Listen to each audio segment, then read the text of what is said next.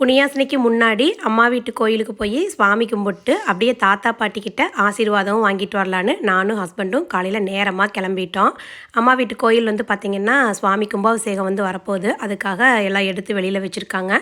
கோயில் வந்து கன்ஸ்ட்ரக்ஷன் வேலை வந்து போயிட்டு இருந்தது. கோயிலில் சாமிகிட்ட பத்திரிக்கை வச்சு சாமி கும்பிட்டு அப்படியே தாத்தா பாட்டிகிட்ட வந்து ஆசீர்வாதம் வாங்கிட்டோம்.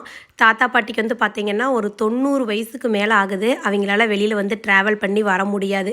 இல்லைன்னா வீட்டுக்கு கூட்டிகிட்டு வரலாம் அப்படின்னு தான் பிளான் பண்ணோம். கொஞ்சம் வெளியில் வந்து வர முடியாது.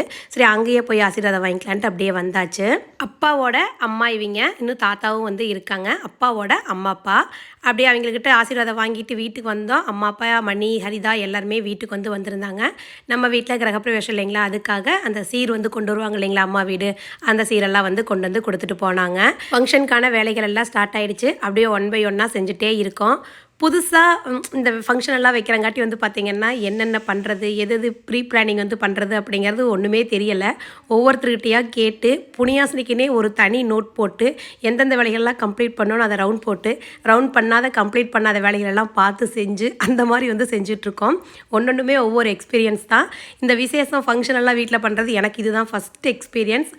ஸோ இப்போ தான் வந்து பார்த்திங்கன்னா பொறுமையாக ஒன்று ஒன்றா கற்றுக்கிட்டு செஞ்சுக்கிட்டு இருக்கேன்.